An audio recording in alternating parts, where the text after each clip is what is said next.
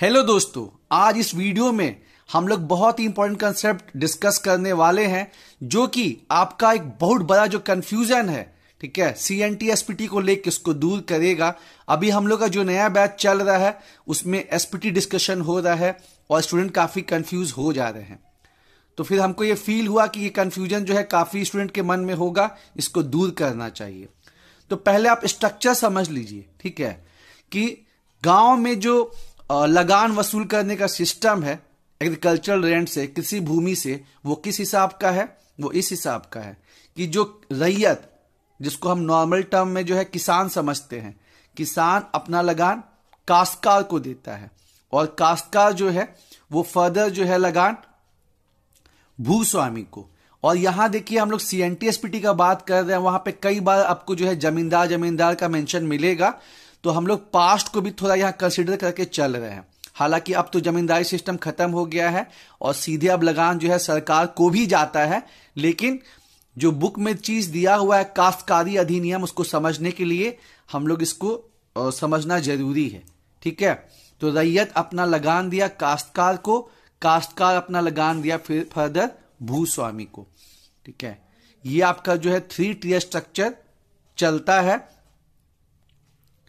और अब तो ऐसा भी हो गया है कि रैयत जो है सीधे लगान देता है सरकार को, यानी कि भूस्वामी को। नहीं तो पास्ट में जनरली यही सिस्टम फॉलो होता था। अब ऐसा भी हो गया कि यह सिस्टम जो चलता ही चलता है कि जैसे अभी एसपीटी में हम लोग देखेंगे, लेकिन ऐसा भी होता है कि रैयत सीधे भी सरकार को लगान दे सकता है, ठीक है। चलिए अब आगे बढ़ते हैं। अब जैसे कि हम बात करेंगे सीएनटी का थोड़ा सिस्टम अलग है, एसपीटी का थोड़ा सिस्टम अलग है। तो यहां हम लोग पहले बात कर लेते हैं संथाल परगना काश्तकारी अधिनियम। सीएनटी को हम लोग ऑलरेडी कवर कर चुके हैं यारों। जिन लोगों ने नहीं देखा, नीचे डिस्क्रिप्शन में और कमेंट बॉक्स में सीएनटी का बताए हुए हैं, उसको आप जरूर से देखिए। तो अब देखिए हिसाब किताब क्या है। सबसे टॉप लेयर पे है आपका भूस्वामी, जिसको जमींदार और सरकार दोनों की कैटेगरी में आता है। और जो संथाल है, संथाल में जो गांव होता है वो 2 टाइप का होता है, एक खास ग्राम और एक नॉन खास ग्राम। तो यहां पे अभी हम लोग क्या जाने कि सबसे टॉप लेयर पे लैंडलॉर्ड है भूस्वामी, उसमें कौन आता है? जमींदार या फिर सरकार, ठीक है। और जो संथाल गांव है वो गांव जो है 2 टाइप का होता है, खास ग्राम या नॉन खास ग्राम। अब हम लोग यहां देखेंगे कि खास ग्राम क्या होता है, नॉन खास ग्राम क्या होता है। तो जिस गांव में लगान वसूल करने के लिए ग्राम प्रधान हो या मूल रैयत हो, उसको गैर खास ग्राम बोलते हैं। और जिस गांव में लगान वसूल करने के लिए भूधारक हो या फिर ऐसा भी है कि मतलब रैयत सीधे ही जो है लगान पे कर दे सरकार को, तो उसको हम समझते हैं कि वो खास ग्राम है। सिंपल ये समझिए कि जिस गांव में ग्राम प्रधान और मूल रैयत लगान नहीं लेता हो उसको खास ग्राम बोलते हैं, ठीक है। जिस गांव में village where there is no village headman और मूल रैयत to collect rent, that village is called खास विलेज। और ये जो काश्तकार है उसको कहां डिफाइन किया गया है? उसको डिफाइन किया गया है एसपीटी के जो एक्ट है उसके सेक्शन 4 के क्लॉज नंबर 19 में। और ध्यान रहे यारों, सीएनटी में जो रैयत है ना, उसको भी इंक्लूड करते हैं काश्तकार के डेफिनेशन में, लेकिन यहां पे नहीं इंक्लूड किया गया है। तो जब नहीं इंक्लूड किया गया है तो जो बुक में लिखा है उसी को फॉलो करना है, इसमें अपना दिमाग नहीं लगाना है, ठीक है। क्वेश्चन आएगा कि बताइए एसपीटी में निम्नलिखित में से कौन काश्तकार नहीं है? आपको ऑप्शन रहेगा टेन्योर होल्डर मतलब भूधारक, विलेज हेडमैन, ग्राम प्रधान या मूल रैयत, थर्ड ऑप्शन हुआ। और फोर्थ रैयत पे हो गया आपका रैयत, हो गया 4th नंबर पे। तो ध्यान रखिएगा एसपीटी में काश्तकार के कैटेगरी में रैयत को इंक्लूड नहीं किया गया है यारों, जबकि सीएनटी में इंक्लूडेड है, ठीक है, लेकिन यहां पे नहीं है तो मतलब नहीं है।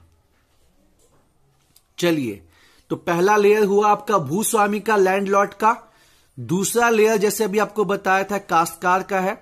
तो एसपीटी में जो है 3 काश्तकार है, भूधारक जो कि खास ग्राम में होते हैं लगान वसूल करने के लिए, ठीक है। और जो नॉन खास ग्राम होता है वहां पे लगान वसूल करने के लिए या तो वो मूल रैयत का गांव होगा या ग्राम प्रधान का गांव होगा। तो अब मूल रैयत होता क्या है, और अभी हम जो टेस्ट लिए थे उसमें काफी स्टूडेंट कंफ्यूज हो गए थे कि मूल रैयत जो है वो टाइप ऑफ रैयत है, लेकिन नहीं यारो, मूल रैयत जो है वो काश्तकार में आता है। जैसे कि हम डिस्कस किए थे कि मान लीजिए साहिबगंज है, ठीक है, जो संथाल परगना एरिया में आता है, और उसके किसी पर्टिकुलर एरिया में जो है, जैसे बोरियो एक नाम का जगह है संथाल परगना में, साहिबगंज में, तो मान लीजिए उस बोरियो में हम जाते हैं, वहां पूरा जंगल था, उस जंगल को साफ करते हैं, और मेरे वजह से वहां पे अब लगभग 200 परिवार जो है खेती करते हैं, जीवन यापन करते हैं, तो हमको विशेष अधिकार मिलेगा और हम कहलाएंगे मूल रैयत, ठीक है। इसी चीज को सीएनटी में क्या बोलते हैं कि अगर यही काम मान लीजिए रांची के ध्रुवा में हम करते, कि वहां पे पूरा जंगल वाला इलाका था, उसको हम साफ करते, खेती करने लायक बनाते, तो छोटा नागपुर में अगर हम मुंडा हैं तो वो हमको हो जाएगा मुंडारी खुट कटीदार, और अगर उड़ाव हैं तो हो जाएगा भूइहरी अधिकार। लेकिन संथाल परगना में ऐसा नहीं है, चाहे आप संथाली हैं, चाहे आप पहाड़िया हैं, कुछ भी हैं, अगर आप ऐसा काम किए हैं कि जंगल को साफ करके और उसको खेती करने के मतलब खेती करने लायक बना दिए हैं, और आपकी वजह से बहुत सारी फैमिली वहां पे अपना जीवन यापन कर रही है, लाइवलीहुड चला रही है, तो उसको हम बोलते हैं मूल रैयत। और छोटा नागपुर में 2 टर्म दिया गया है।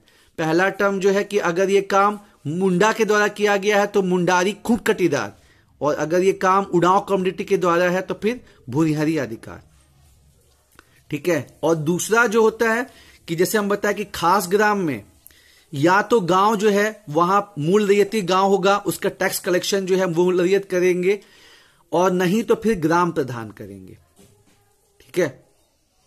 और जो आपका खास ग्राम है वहां पे जनरली कौन होता है, भूधारक होता है रेंट कलेक्शन के लिए, या रैयत डायरेक्ट भी जो है पेमेंट कर सकते हैं भूस्वामी को।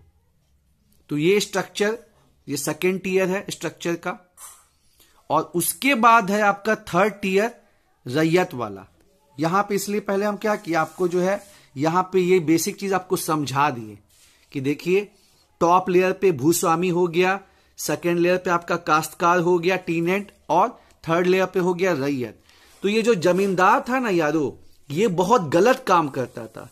किसी भी काश्तकार को उसके जमीन से बेदखल कर देना, किसी भी रैयत को उसके जमीन से बेदखल कर देना, और इसी वजह से जो है चाहे छोटा नागपुर काश्तकारी अधिनियम बना हो, चाहे संथाल परगना काश्तकारी अधिनियम बना हो, या कोई भी काश्तकारी अधिनियम जो बना है, उसका रीजन यही है कि जो काश्तकार हैं, जो रैयत है, उनके जो अधिकार वो सुरक्षित रहे और कोई भी जो है मनमानी ना करे।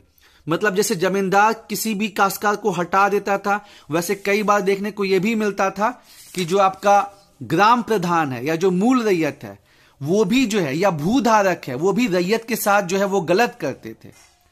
तो काश्तकार का भी जो राइट्स उसको प्रोटेक्ट करना है, साथ ही साथ ग्राम प्रधान, मूल रैयत या जो भूधारक है वो भी गलत काम ना करे, करप्शन ना करे, एक्सेस लगान वसूली ना करे, ठीक है।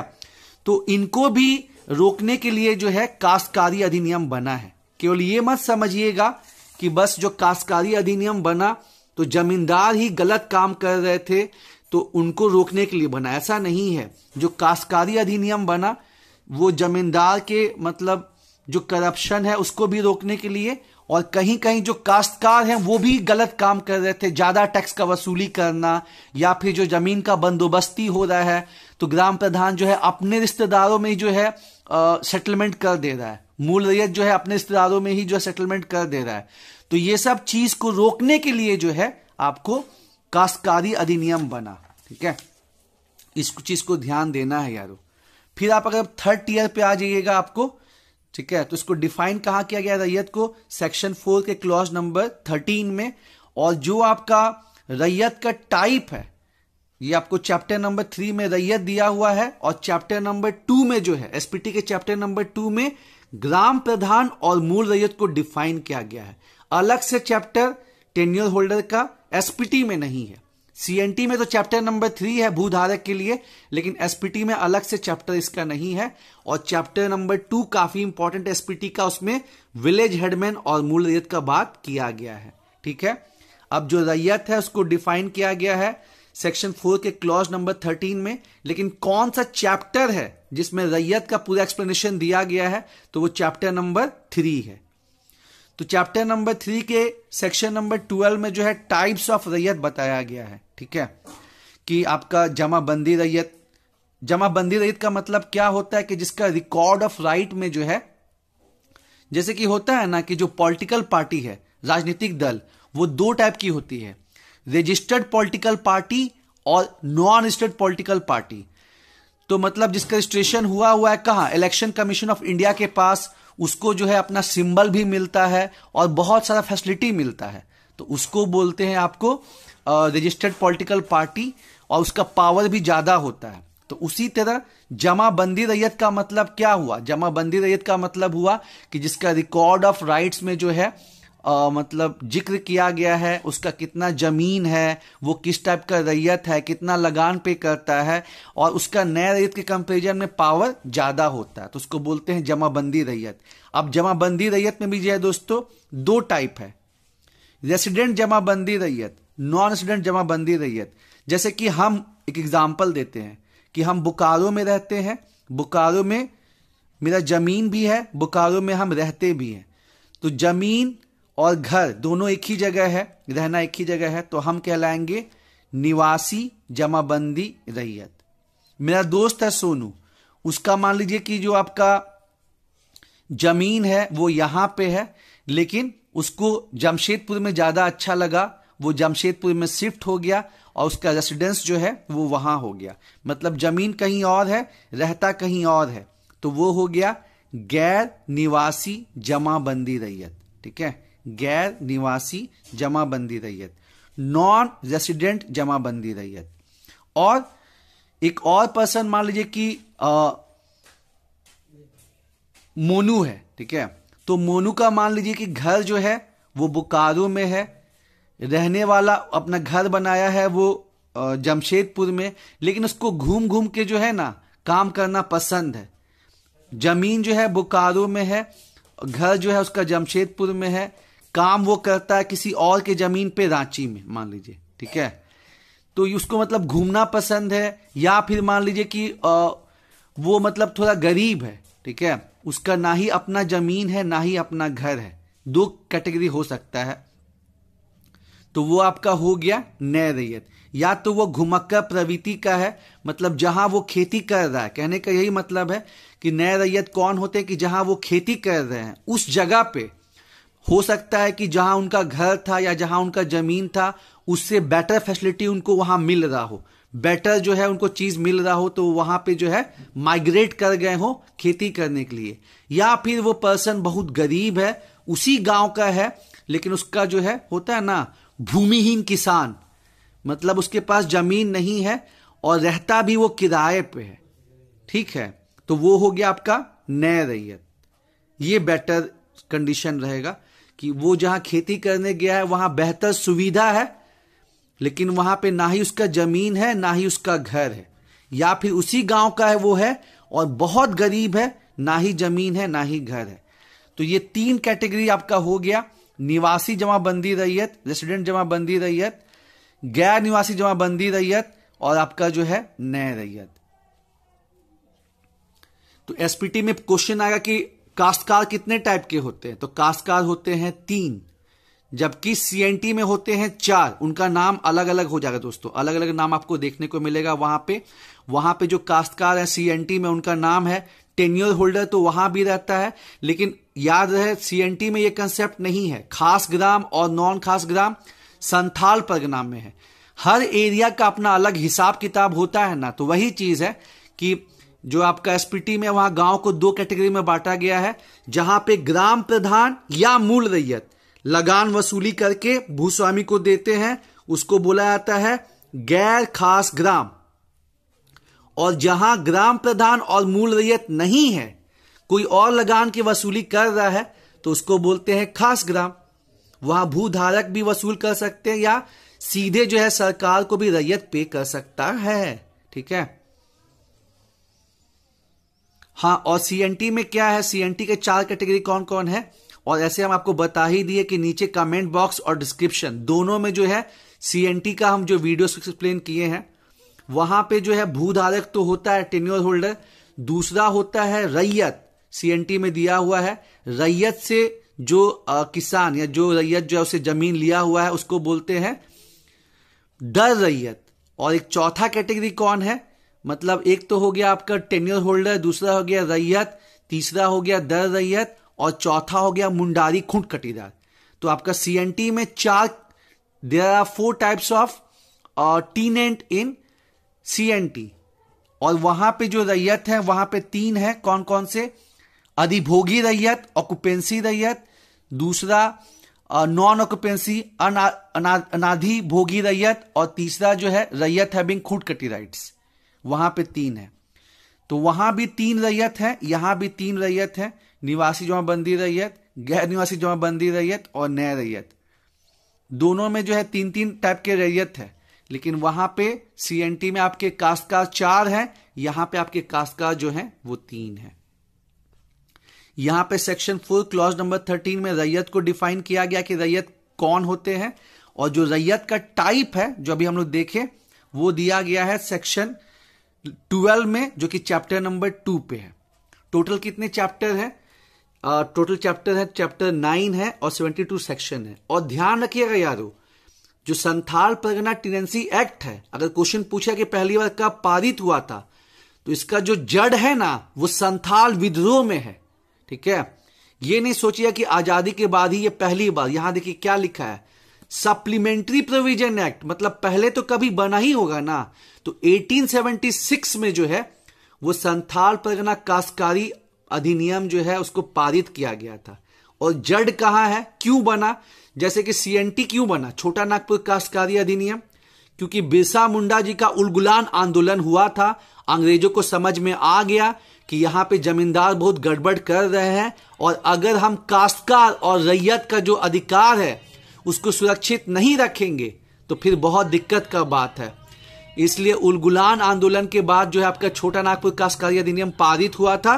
उसी तरह जब आपको संथाल विद्रोह हुआ तो पहले तो अंग्रेज जो है 1855 में ही संथाल परगना डिस्ट्रिक्ट बना दिए, उसको नॉन रेगुलेशन जोन घोषित कर दिए। उसके साथ ही साथ यूल्स रूल से जो है संथालों के मांझी परगना सिस्टम को मान्यता मिल गई। 1872 में जो है Santhal Pargana settlement regulation act आया। 1876 में जो है पहली बार संथाल परगना काश्तकारी अधिनियम पारित हुआ। 1885 में जो है Santhal Pargana rent regulation act पारित हुआ। उसके बाद जो है स्थिति बहुत खराब चल रही थी संथाल परगना इलाके की, तो 2 रिपोर्ट बनाया गया। पहला जो है मैकफर्सन रिपोर्ट 1898 से 1907 कि कैसे क्या इंप्रूवमेंट संथाल परगना काश्तकारी अधिनियम में किया जाए कि यहां के काश्तकार और रैयत और लोगों को फायदा हो। और दूसरी रिपोर्ट जो काफी फेमस है, जिसको हम 1932 खतियान के नाम में जानते हैं, गेंजर रिपोर्ट 1932 में आई। उसके आधार पे फिर संथाल परगना इंक्वायरी कमेटी 1937 में आई। और देश आजाद हो जाने के बाद जो एसपीटी था उसमें सप्लीमेंट्री प्रोविजन अनुपूरक उपबंध ऐड करने के बाद वो हो गया Santhal Pargana supplementary provision act 1949।